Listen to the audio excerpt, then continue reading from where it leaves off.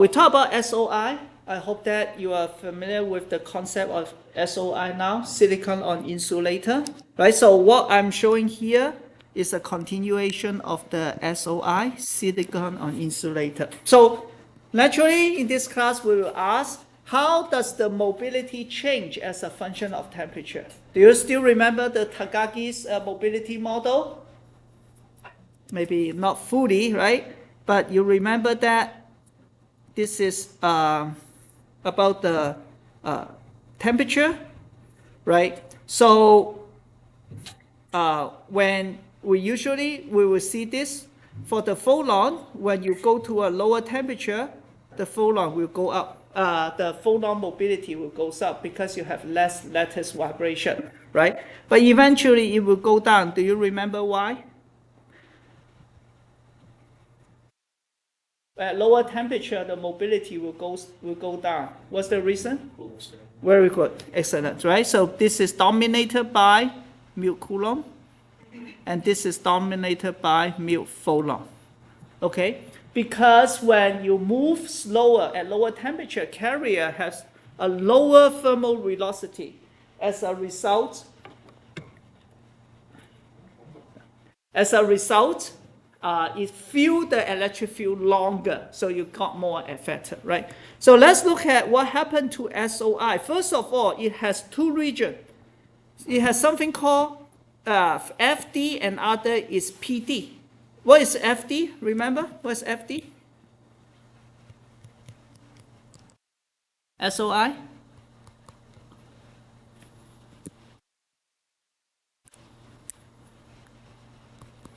What's that? Fully depleted. Okay? And PD? Partially depleted, right? So one is fully depleted, one is partially depleted. And one more important thing, front channel and back channel. What does it mean?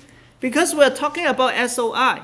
If you remember, it is similar to the bulk transistor, not usually, right? This, we call it the front gate, and you have N plus if it is N-type transistor. But because it is SOI, we actually have a layer of oxide below it, right? And we can also bias it from the bottom.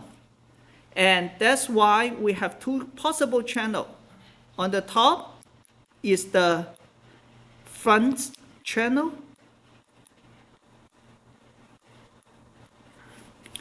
At the bottom here, I also have an interface between silicon and the very oxide, right? And what do we call this? Back channel. Is this okay? So in this experiment, they try to measure both the front channel and back channel carrier mobility, okay? Now then, of course, when we reduce the temperature, both of the channel will have a higher mobility. Because, why when we, again, what is the reason?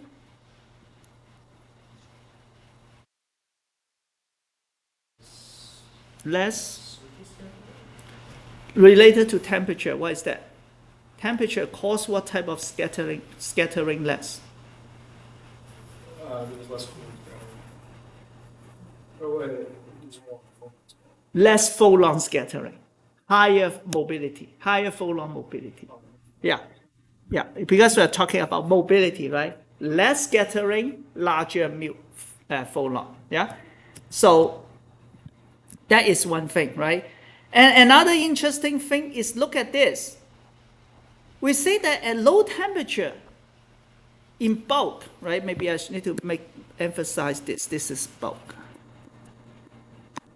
Transistor, at low temperature, I have a lower mobility due to Coulomb scattering. But look at this. It almost does not decrease. Can you guess why? If it is bulk, it will decrease at low temperature because I have more Coulomb scattering at low temperature. But here, the Coulomb scattering almost has no effect.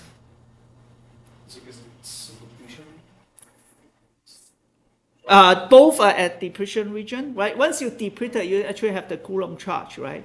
But you're almost there. You are thinking about less Coulomb. So maybe, did I tell you that we usually do not dope the channel of the SOI because it has a good gate control.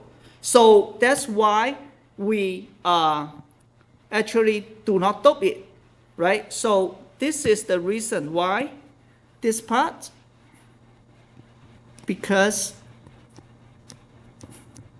undoped. The channel is undoped. So as a result, you don't have much Coulomb scattering at low temperature. Okay, but in reality, you always will see it goes down eventually. The main point is that it just goes down much later at much lower temperature, right? So that is one thing that you want to pay attention to.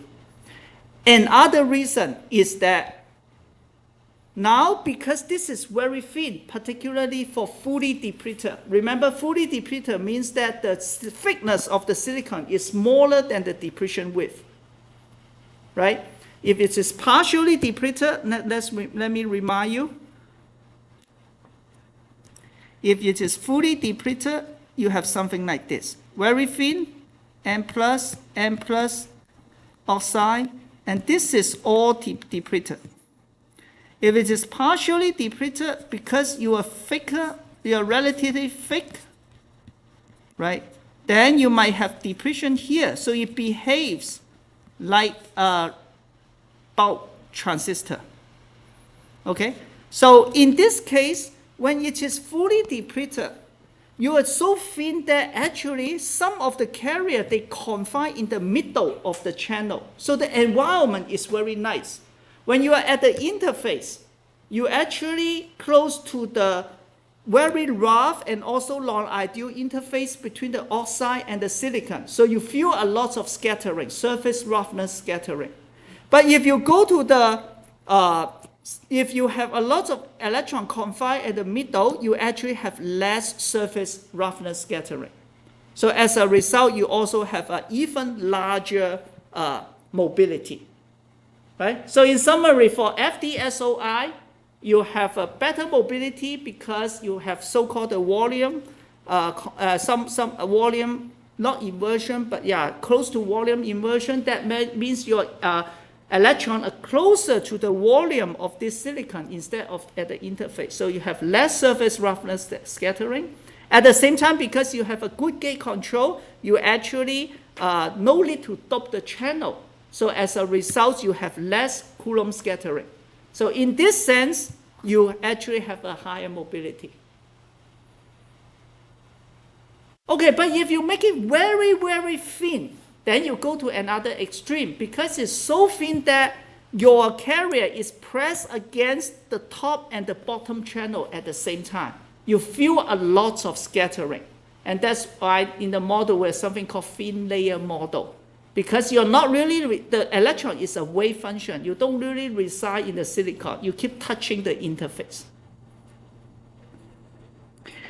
Regarding the bad channel, you see that the mobility are very bad.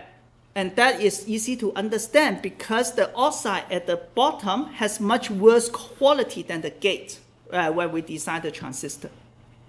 Okay, so what do we want to learn here? The main point is that you understand we have front channel, we have we have front channel, we have also back channel in the SOI. You understand because this is undoped, so we have a high Coulomb mobility, high Coulomb mobility, right? And then also because sometimes we have closer to the volume for fully depleted, so we have less surface roughness scattering. Any questions? If no, I want to go to another topic which would take a lot more time. It's about the Kink effect. We learned about Kink effect before. Can you tell me, do you remember what is the Kink effect? Anyone remember? In the bulk. Forgot, right? Kink effect. Kink effect is that, I thought I have a figure here. It's like this. This is the Kink effect. And let me only talk about the bulk for here.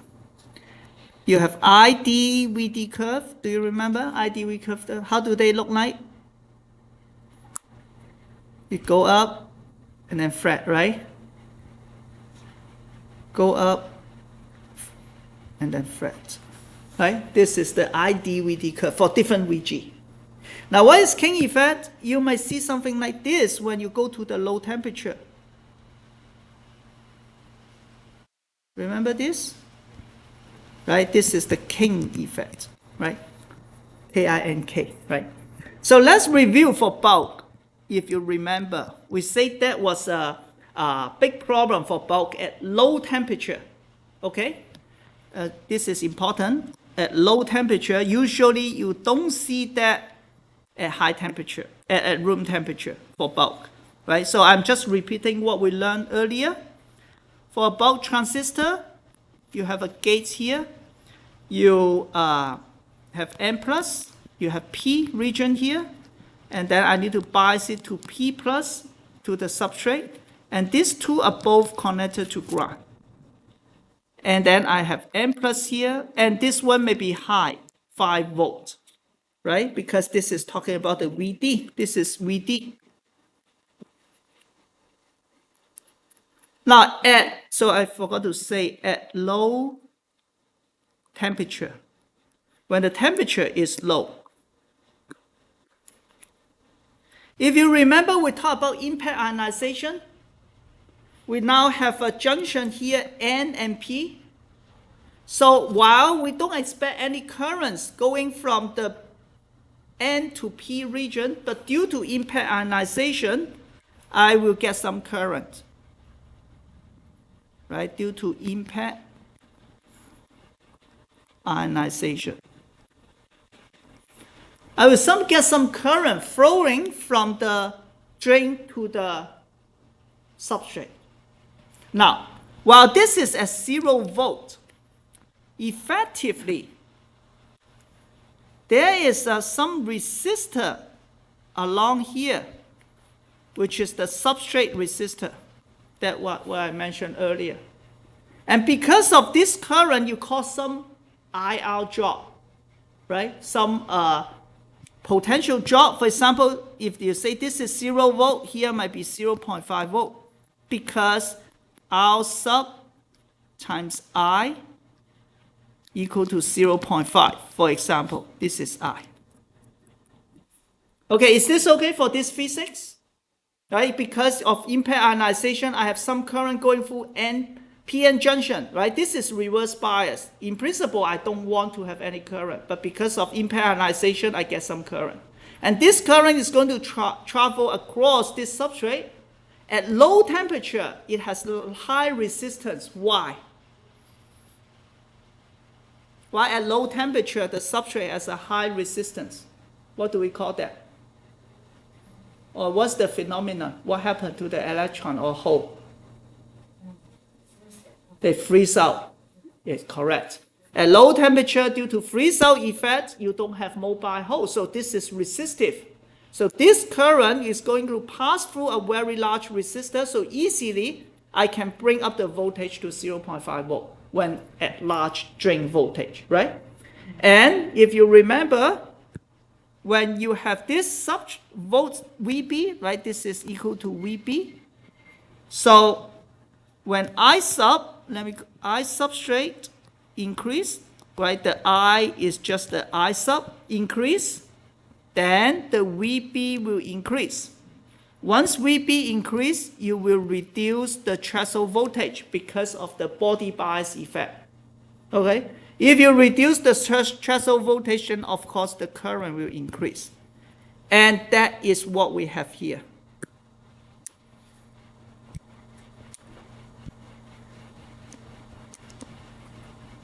Is this okay? I reviewed this because if you can record this, then it will be easy to understand the SOI. But this usually only happens at low temperature for bulk. Any questions? The Kink effect. Again, because you have the current due to impact ionization, right? If there's no current, no Kink effect. No substrate current. I'm talking about the current that you don't want.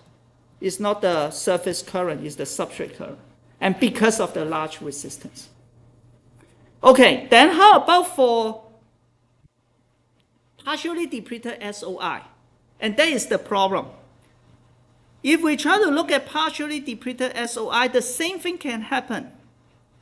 Okay, so you have N plus, but now this is oxide. You're partially depleted. So what will happen? You still have impact ionization.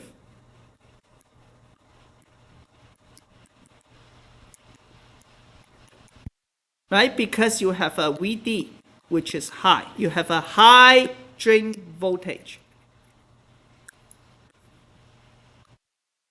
Where does the current go? Can you tell me?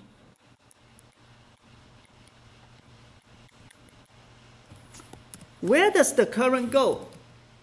Impact ionization, I have current going from here to here. Where do they go? Where does the hole go?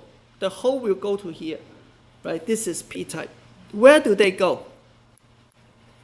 Or can they go anywhere? Just tell me. Based on this drawing. Very good. In this drawing, they will go to the substrate, to the contact, right? Because this is 5 volt, positive hole will just go to the ground. Here you see they don't go anywhere. They will just accumulate at this quasi-neutral region.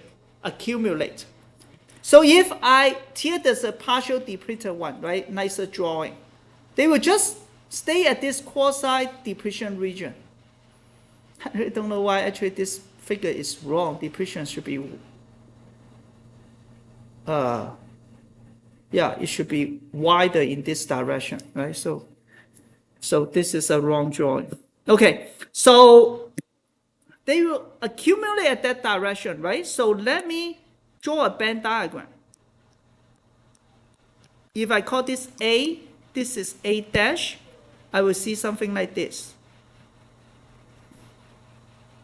No.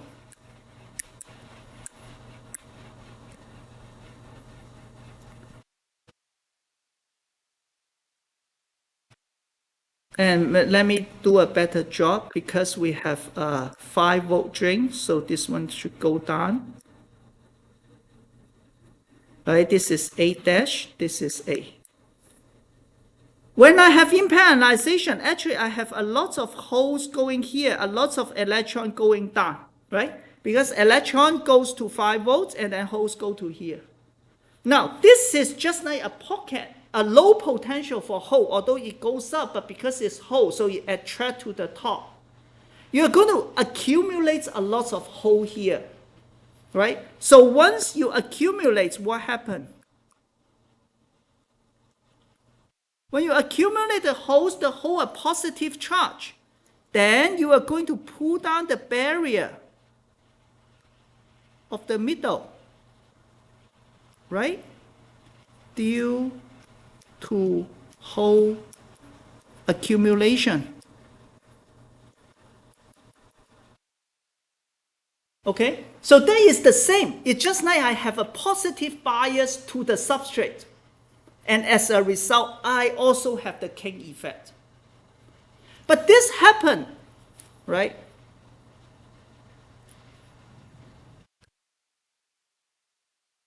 Right? Happen even at room temperature. We don't need the carrier phase out to observe this. Because the hole has nowhere to go. And they accumulate in this quasi-neutral region. So as a result, you will have a Kink effect like this. These are the Kink effect. So Yeah. it only depends on VD? It depends on VD. Yeah, if you generate a lot of electron hole pair, then you will go to this, have this problem earlier. But not only depends on VD, it depends many biasing condition. But definitely you see that it only happens at high VD. The Kink only comes up at high VD.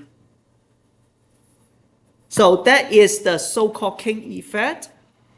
right, in SOI. Right, so we have discussed two Kink effects. One Kink effect is due to carrier phase out. You cause potential drop, just like in the bulk case. Another effect is even no carrier phase out, because you have nowhere to take away this hole. It will just accumulate and then reduce the threshold voltage. How do you solve this problem? Based on what I say. Basically, what do you need to do in order to solve the problem? What is causing this problem?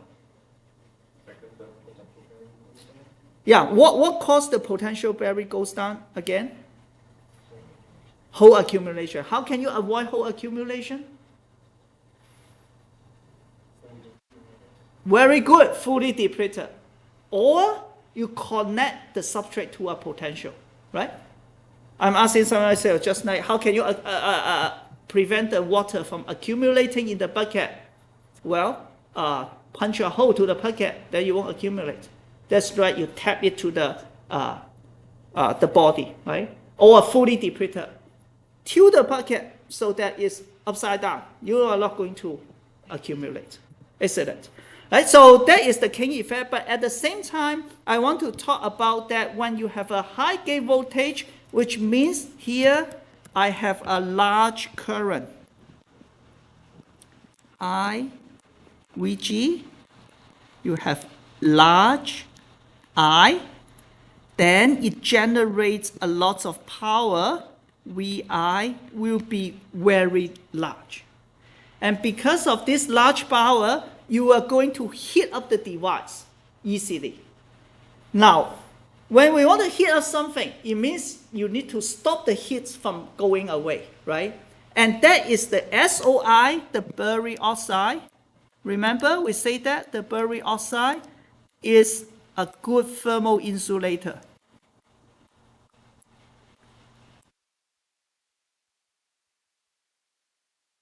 Right? So as a result, that's why the self-heating effect, this is called self-heating effect, is more serious in the SOI than the bulk. Okay? Let's take a look on other quantity. One is the parasitic bipolar transistor action, right? So what happened? Let's try to learn how to read the curve. I have voltage, gate voltage here. I have ID here. What type of graph is this? IDVG or IDVD? IDVG. Thanks for answering my question, right? And I plot this in log scale. Okay? Now, this is what you want. It go up very steep and then becomes linear region with a large current. But it only happens at low temperature. For this particular device, at 300 Kelvin, the room temperature, you cannot turn it off. And that is due to the parasitic bipolar action. So we have talked about bipolar transistor in the lecture already. So here it appeared the second time, right? So we'll keep repeating something. I hope that you get a feeling about that. If we look at the structure of a SOI, again, N plus, P, although we say undoped, right? But yeah, we can have a very, very low doping. We can also still call it P. This one, if you look it laterally, isn't that this is just a N, P, N, bipolar transistor, NPN, BJT, bipolar junction transistor. Okay, so that is what happened. Because you have this lateral bipolar transistor, if you don't do it well, you may turn this on. So even you think you turn off the MOSFET, but the bipolar transistor might still be in action. And that is the case here. It's a very lousy bipolar transistor because it has very low current, right? Maybe 1,000 times or 100 times less than the MOSFET. But still, it is so high that you cannot turn off the transistor. And it happened at high voltage because we need to have some gain to have this leakage, right? So this turned out to be better, right? So one of the merits of having low temperature transistor is that we can, in this case, not in the latch-up. Actually, in the latch-up, actually depends due to phase out. But in this case, it is better because the gain of this bipolar transistor decreases. Okay, and why it decreases, I don't want to go to details because you need to learn the theory of bipolar transistor. But I just want to say that if you draw the band diagram of an NPN transistor, bipolar transistor, you have this is NPN BJT. You have electron try to go here, you have hole try to go here. Okay? Now, you have if your barrier, right, if your barrier to the hole is larger, then you have a better bipolar transistor. Now, at low temperature, you actually will have a smaller band gap. The band gap here at the emitter actually becomes smaller due to heavily doped. Okay, not just low temperature, but just all temperature. And then because of that, at lower temperature, your electron that you can go through this barrier becomes much less. So as a result, the gain is smaller. And you can see from this equation, when the temperature goes down, this becomes more negative, and then your gain will be smaller. So bipolar transistors gain depends on the ratio of electron going through this barrier and the hole going through this barrier. And because of this difference in the band gap due to heavily doped emitter, we get advantage at low temperature. Right? I will not test you this. The main point here, and also another thing is the carrier phase out. If your carrier phase out, you have more resistance, then the gain will be worse. But the main point here is that I hope that you understand for every transistor, there might be some bipolar action. They are not good bipolar transistor, but they can hurt your turn off if you don't do it well. And it turns out that at low temperature, this action is much smaller. That's why you can turn it off at 4 Kelvin. That's all I want to say about this slide. Okay, so there is another part about bipolar transistor. Any questions? Okay. If no, then I want to talk about the self-heating again. Right? Earlier I told you that because of the self-heating, you will see the IDVG curve goes down. Can you, by the way, when I increase the drain voltage, the current goes down, right? And I tell you this is self-heating. Can you explain me the physics? Why it goes down? I have a larger voltage, and then the current becomes smaller, and I give you the answer is due to self-heating. Can you explain a little bit more why? Excellent. Yes. So your power increase, temperature increase, then mute photon decrease. Okay? And as a result, your current decrease. Right? That is the reason why it goes down. Right? Good. So here we try to look at the effects of self-heating. Then let's just remind ourselves, right? What is the thermal resistance? Thermal, let me use another color.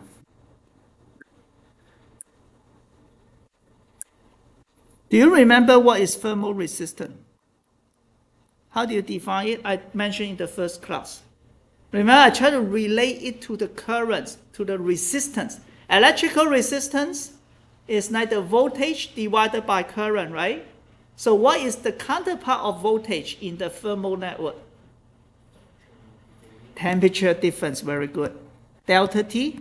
And what is the counterpart of current in the thermal scenario? Current is the number of charge per second. So what are you transporting in the thermal network? Heat, yeah. So it's the energy, the Q, right? Joule, right? So I just give you, this is Kelvin, this is Joule per second. Okay, that gives the thermal resistance, right? Okay, so if we look at this one, power, right? We try to increase the amount of power. We look at some transistor. The temperature goes up. Looks like it can go up by as much as 160 degrees. So if you're at room temperature, it's almost 200 degrees, right? And that's why you can use it to cook egg. That was like in early 2000 when I was still a student. At that time, a very typical slide about computer design is to show you they use Pentium Pro to cook egg because it's so hot, right? At that time, it's still Pentium or something, right? So it's very hot, right? Sorry, I should go here. This is the bulb, right? So bulb, even with 11 millivolt, it only increased by maybe 40 degrees. Not a big deal. But when you go to silicon on insulator, if you have a thick silicon, then you have lower increase in temperature. If it is really thin, you have a very huge increase in temperature. Very bad self-heating. Because you are completely limited by the thermal conductivity of the oxide.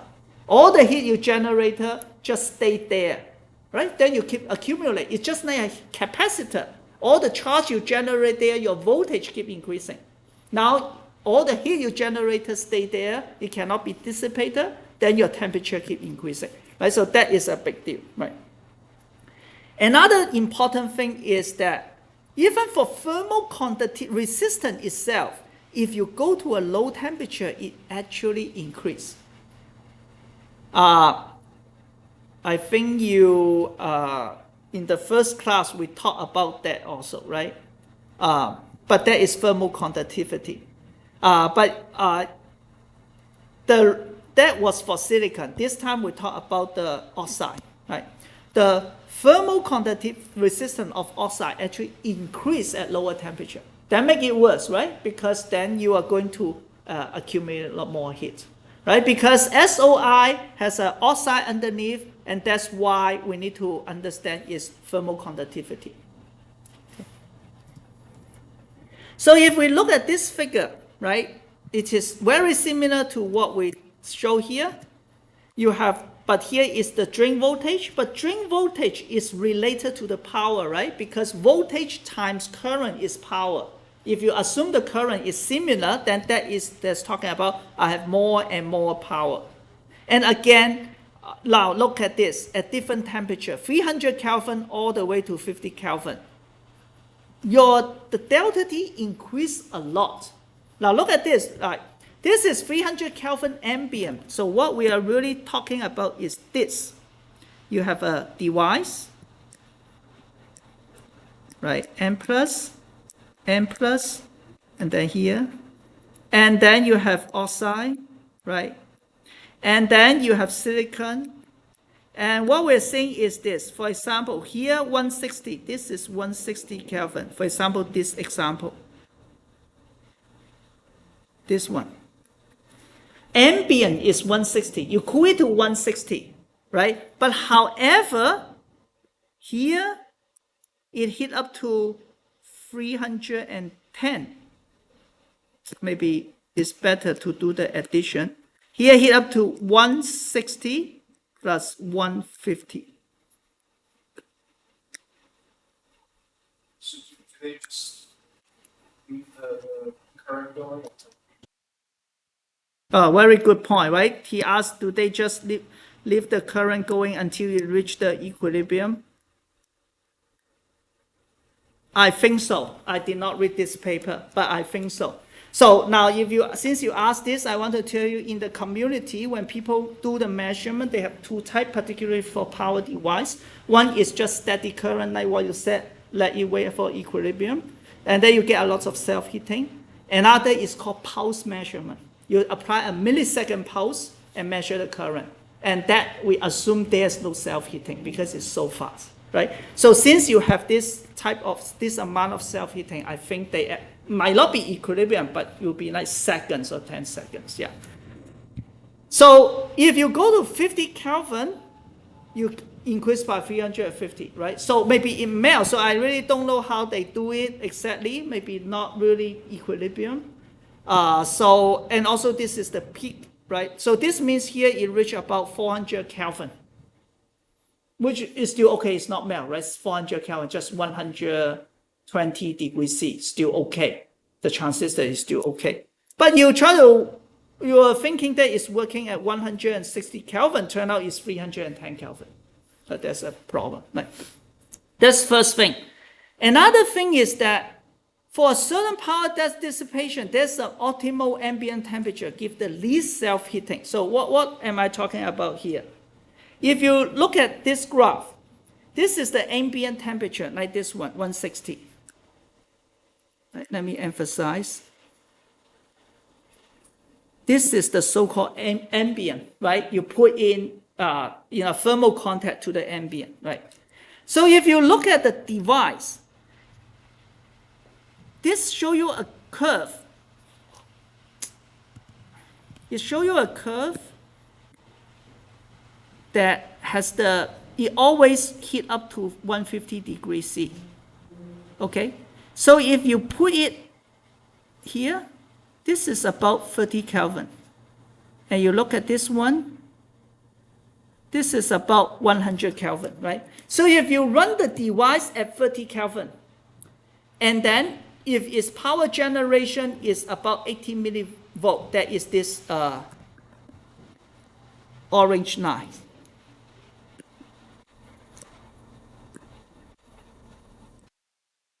$80 millivolt, right? You consume the power. It will increase the temperature by about 150 Kelvin. If you operate at 100 Kelvin, it also still have this amount of power. It will increase the temperature by also 150 Kelvin. And that is the meaning of this line. So if you want to have the least self-heating effect, you want to operate it at the peak of this point, of this. Here, here, here, here. For example, if I want to only increase it by 200 Kelvin, I want to operate at this temperature because this is the maximum power I can have, right? So it allows me to have my maximum power with the least self-heating. And why is that? Again, it's because the thermal conductivity depends on the temperature. When it is very high, we have a lower thermal conductivity, but when it is low, we have a higher thermal conductivity. So after you take all this into account, you find that you have this type of curve. Okay? Now then I want to talk about another thing is the short channel effect, but this one is nothing special. It's just similar to the bulk. Remember what is short channel effect? Anyone can remind me the two short channel effect we talked about earlier?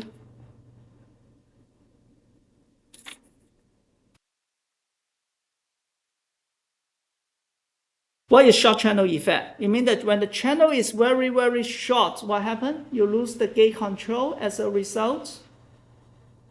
Your VTH is going to, the threshold voltage will be larger or smaller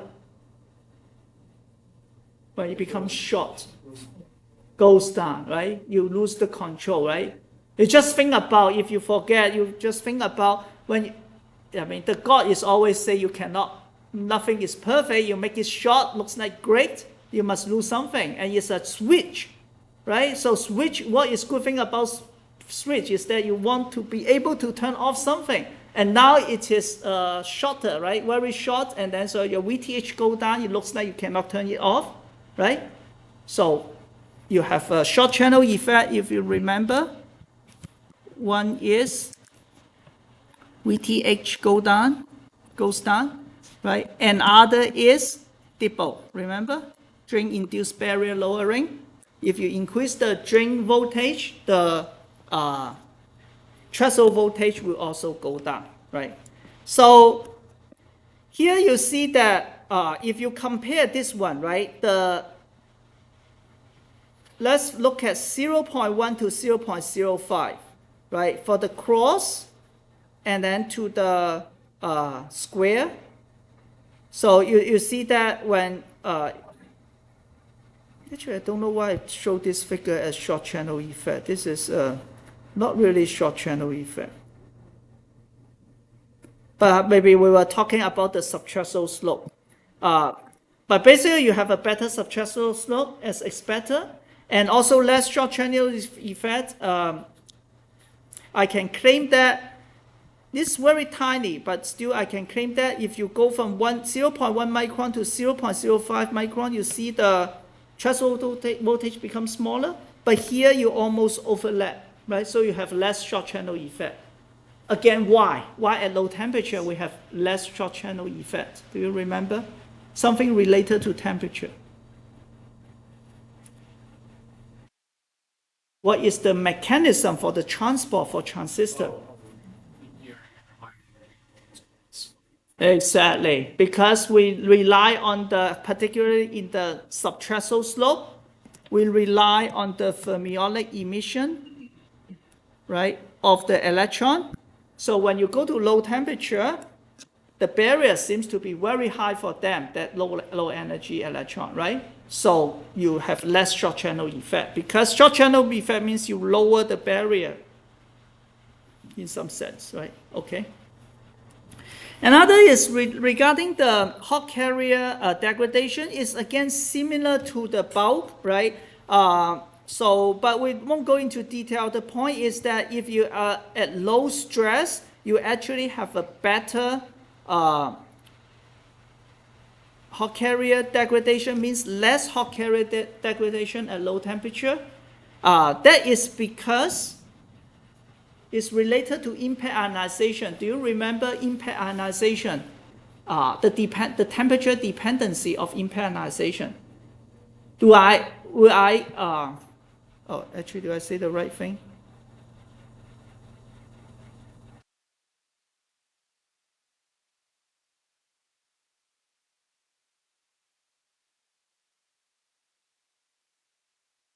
So I said the wrong thing, but let's recall, right? When you reduce the temperature, what happened to the impact ionization? Is it easier or more difficult? When you reduce the temperature.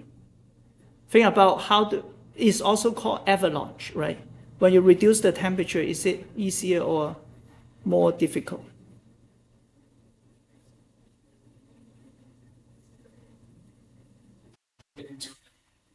Remember, I said that you need to gain enough energy in order to cause impact ionization, right? Remember this graph?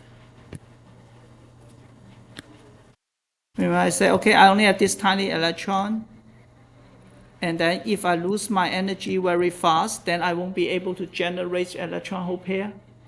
So do you lose energy faster at high temperature or low temperature?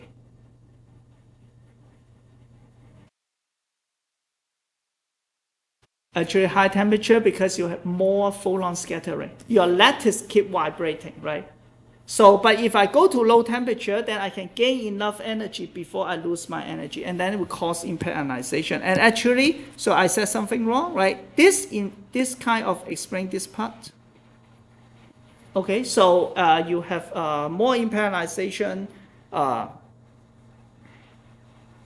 and then also you have more energetic secondary electron.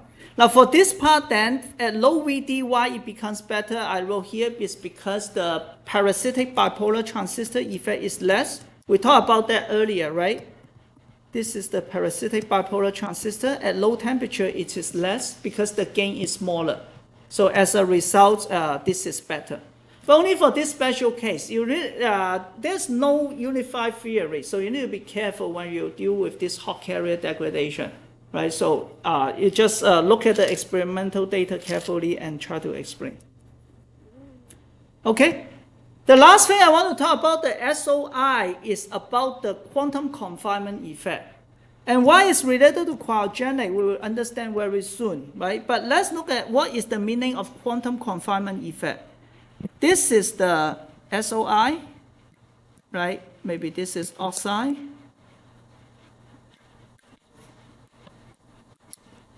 No, I mean, this is silicon, of course, but I want to say this is N+.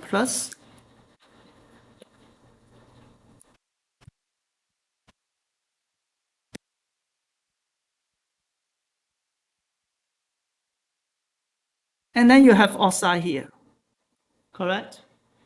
Now, if I call the thickness TSI, this is the thickness, and then I try to cut it, right? Cut a cross section here. A dash. What does the band diagram look like? I do have an oxide here, right? And I also have a very thick oxide here. Do you see that? And then I have this silicon. This is silicon, right? And maybe I should not draw the magnetic electric field because it's not consistent. Let me just only assume everything is flat band. This is oxide. Okay, so your electrons supposed to reside here, right? Or hole reside here if you have hole. Now, when this is so narrow, this is TSI. Then you will run into quantum confinement effect, right? When it is very narrow, then you have something like this.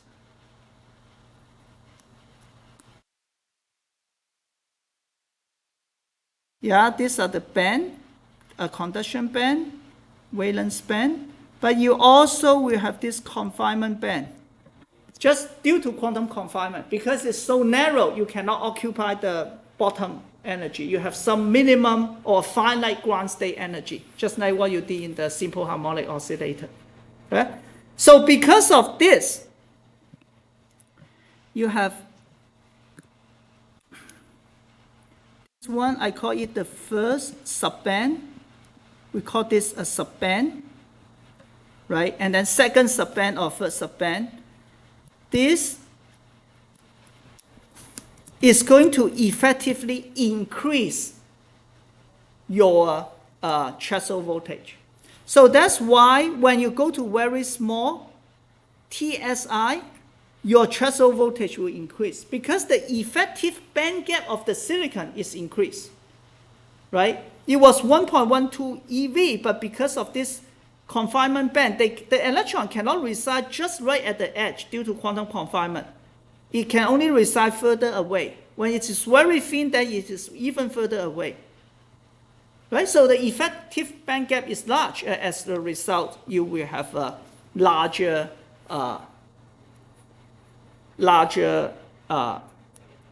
VTH. So the way you wrote those other confined, was higher or lower? Say it here. Yeah. Say again. What's your question? They are higher than, this is the conduction band. CB is here. This is CB, right? So it is higher for electron. Oh, okay. Yeah? But those higher. They're just energy level. It doesn't, whether they have electron is another thing, right? Yeah, and indeed, it will fill with the lowest energy level first and then keep filling up. Yeah. Okay, so, but why this is related to cryogenic? Now, at room temperature, you might not see so much when it is not very thin because you have this bordering due to the thermal energy, right? Or you can think of the thermal energy is much larger than this h bar square divided by 2n pi divided by TSI square. But when you go to cold a very low temperature, this term becomes much larger than your thermal energy. Then we will see all the quantum effect. Okay, and that's why this is a topic, right, that I want to bring up. Any questions? Now, if no, then we finish the SOI. Right? I spent a little bit too much time, but that is fine, right? We need to understand the things